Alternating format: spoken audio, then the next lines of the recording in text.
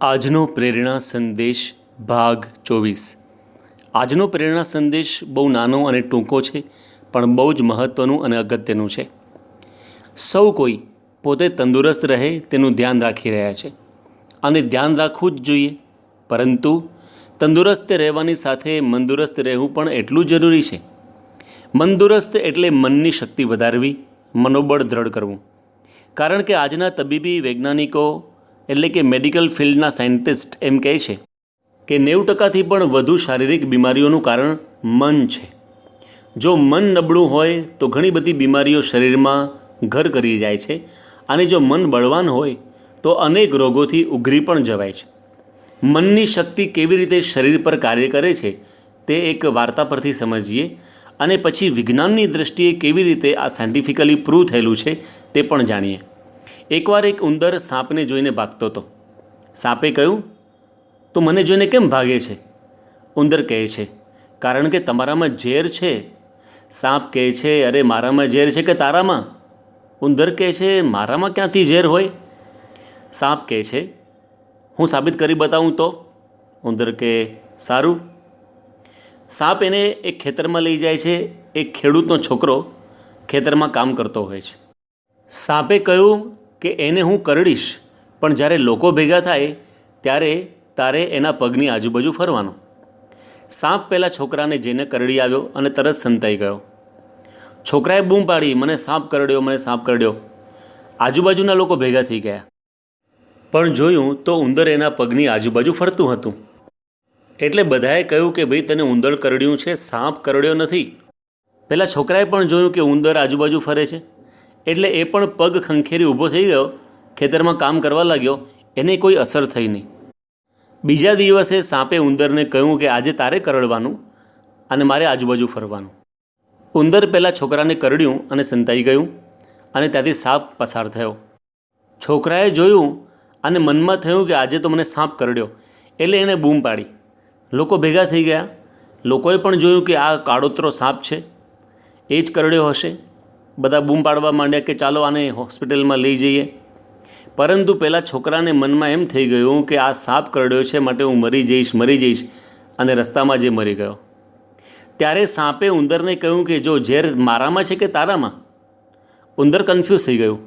ત્યારે સાપ બોલ્યો કે ઝેર તારામાં નથી ને મારામાં નથી, ઝેર તો માણસના મનમાં છે। આપણને એમ થાય કે આ તો એક વાર્તા છે, પરંતુ આજના વૈજ્ઞાનિકોએ પણ આ સાબિત કર્યું છે। નીતિ શિક્ષણ પુસ્તકના 191માં પેજ ઉપર એક પ્રસંગ લખવામાં આવ્યો છે। અમેરિકાના કેટલાક વૈજ્ઞાનિકોએ ફાંસીની સજા પામેલા એક ગુનેગારને સરકાર પાસેથી માંગી લીધો, અને તેને એક રૂમમાં લઈ જઈ કહ્યું કે તને ફાંસી નહીં, પણ કોબરા નાગથી કરડાવીને મૃત્યુ આપવામાં આવશે। પછી કોબરા નાગ અને તેના ઝેરનું વર્ણન કરવામાં આવ્યું। પછી તેને ખુરશી પર બાંધીને બેસાડી દીધો, આંખે પાટા બાંધી દીધા, અને મ્યુઝિક ચાલુ કરવામાં આવ્યું, જાણે કે કોબરા સાપ રૂમમાં પ્રવેશી રહ્યો છે, ધીમે ધીમે નજીક આવી રહ્યો છે। અને થોડી વાર પછી આ માણસના પગ ઉપર માત્ર ટાંકણી મારવામાં આવી, તરત જ તે મૃત્યુ પામ્યો। પણ આશ્ચર્યની વાત એ છે કે જ્યારે તેના શરીરનું પોસ્ટમોર્ટમ કરવામાં આવ્યું, ત્યારે તેના હૃદયમાંથી કોબરા સાપમાં જે ઝેર હોય છે તે જ ઝેર નીકળ્યું। આ ઝેર ક્યાંથી આવ્યું? માણસે પોતે મનથી એ પ્રોડ્યુસ કર્યું હતું। આ છે મનની શક્તિ। તેથી આપણા શાસ્ત્રો કહે છે, મનઃ એવ મનુષ્યાણામ કારણમ બંધ મોક્ષયો। જન્મ મરણનું કારણ મન છે।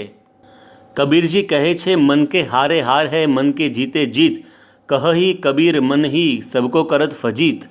મનની શક્તિની શરીર પર કેવી અસર થાય છે તેનું વર્ણન ન્યૂયોર્કના કોલંબિયા યુનિવર્સિટીના પ્રોફેસર નોર્મન કઝિન્સે કર્યું છે એક પુસ્તકની અંદર।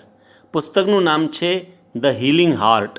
આ પુસ્તકમાં તેઓ વર્ણવે છે, એક ભાઈને હૃદય રોગની બીમારી હતી। હૃદય ગમે ત્યારે બંધ થવાની શક્યતા હતી। એ હોસ્પિટલમાં એક કાર્ડિયોલોજિસ્ટ કેટલાક એ ફિલ્ડના વિદ્યાર્થીઓ સાથે તે દર્દીના હૃદયની તપાસ કરી રહ્યો હતો। સામાન્યતઃ આપણું હૃદય ધબકે છે ત્યારે લબડબ લબડબ એમ અવાજ આવે છે, જેને ડૉક્ટર સ્ટેથોસ્કોપથી સાંભળી શકે છે। પરંતુ જો હાર્ટ પેશન્ટને વધુ તકલીફ હોય તો ત્રીજો અને ચોથો અવાજ પણ સંભળાય છે। આ એબનોર્મલ રિધમને ડૉક્ટરની ભાષામાં ગેલપ કહેવામાં આવે છે। એટલે આ ડૉક્ટરે પોતાના વિદ્યાર્થીઓને કહ્યું કે there is whole some third sound gallop, એટલે કે હૃદયમાં વધુ તકલીફ છે.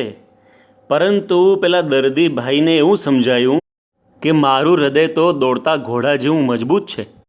એટલે આ દર્દીને હિંમત આવી ગઈ કે મને કાંઈ નહીં થાય, અને 2-3 દિવસમાં તો ઘણો સારો થઈ ગયો. હૃદયના ધબકારા નોર્મલ થઈ ગયા અને બધા ડૉક્ટર્સને બહુ નવાઈ લાગી.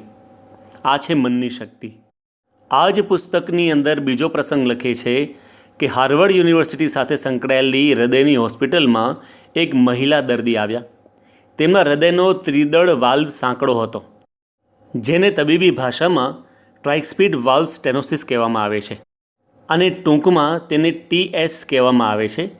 એટલે ડૉક્ટરે પોતાના વિદ્યાર્થીઓને કહ્યું કે આને TS છે.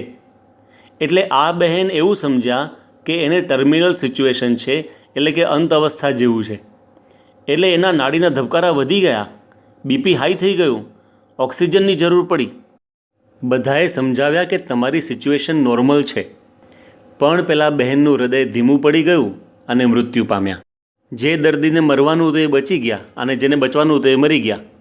આવા અનેક પ્રસંગો આ પુસ્તકમાં લખેલા છે, અને ડૉક્ટર બર્ની સિગલે પણ લવ, પીસ એન્ડ હિલિંગ નામના પુસ્તકમાં આવા જ પ્રસંગો નોંધ્યા છે, જે આપણને સમજાવે છે કે મનની શક્તિ કેવી ગજબની છે.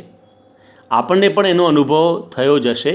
દાખલા તરીકે પરીક્ષા આપવા ગયા, કે ઇન્ટરવ્યૂ આપવા ગયા, કે પ્રવચન આપવા ગયા. એ વખતે જો આપણા મનમાં એમ થાય કે પરફોર્મન્સ બરાબર નહીં આપી શકાય, તો આપણે નર્વસ થઈ જઈએ છીએ, હતાશ નિરાશ થઈ જઈએ છીએ, અને ખરેખર નિષ્ફળતા જ મળે છે. ઉપવાસના દિવસે પણ આપણને આનો અનુભવ થાય છે. જો સવારથી મનમાં એવા વિચાર આવે કે તરસ લાગશે, ભૂખ લાગશે, પેટમાં ને માથામાં દુખશે, તો એવું થાય જ છે. પણ પહેલેથી જ મનોબળ દ્રઢ હોય કે કાંઈ વાંધો નહીં આવે. ઉપવાસ તો શરીર માટે બહુ સારું. ઘણા લોકો 3-4 દિવસ સામટા ઉપવાસ કરે છે, તો મારે તો એક જ દિવસ ઉપવાસ કરવાનો છે ને, માટે વાંધો નહીં આવે. આવા વિચારો કરવાથી સહેજે ઉપવાસ થઈ જાય છે અને શરીર ઉપર કોઈ રિએક્શન આવતું નથી. એનો મતલબ એમ થયો કે માણસના સુખ દુઃખનો આધાર મનની શક્તિ પર અવલંબિત છે. માટે અત્યારના સમયમાં સાવધાની તો અવશ્ય રાખવાની જ છે, પરંતુ સાથે સાથે મનની મજબૂતાઈ પણ વધારવાની છે. એટલે કે મનોબળ દ્રઢ કરવાનું છે કે nothing will happen to me, all shall be well. અને આવો વિચાર કરીએ તો વૈજ્ઞાનિકો કહે છે કે આપણી ઇમ્યુન સિસ્ટમ સારી થાય છે અને રોગ પ્રતિકારક શક્તિ વધે છે, કારણ કે મનમાં અમાપ શક્તિ છે. આજના પ્રેરણા સંદેશની શરૂઆતમાં મેં કહ્યું કે આજનો સંદેશ ટૂંકો છે, નાનો છે, પણ આજનો સંદેશ સૌથી લાંબો છે. પણ આપણા મનની અંદર થઈ ગયું કે ટૂંકો છે, તો ખબર જ ન પડી સમય ક્યાં ગયો. આ જ છે મનની શક્તિ. માટે આપણે પણ મનની શક્તિ વધારતા રહીએ, એ જ સંદેશ સાથે, અને આપના તેમજ આપના સંબંધીઓના સ્વાસ્થ્ય સારા રહે, એ જ પ્રાર્થના સહ. જય સ્વામિનારાયણ.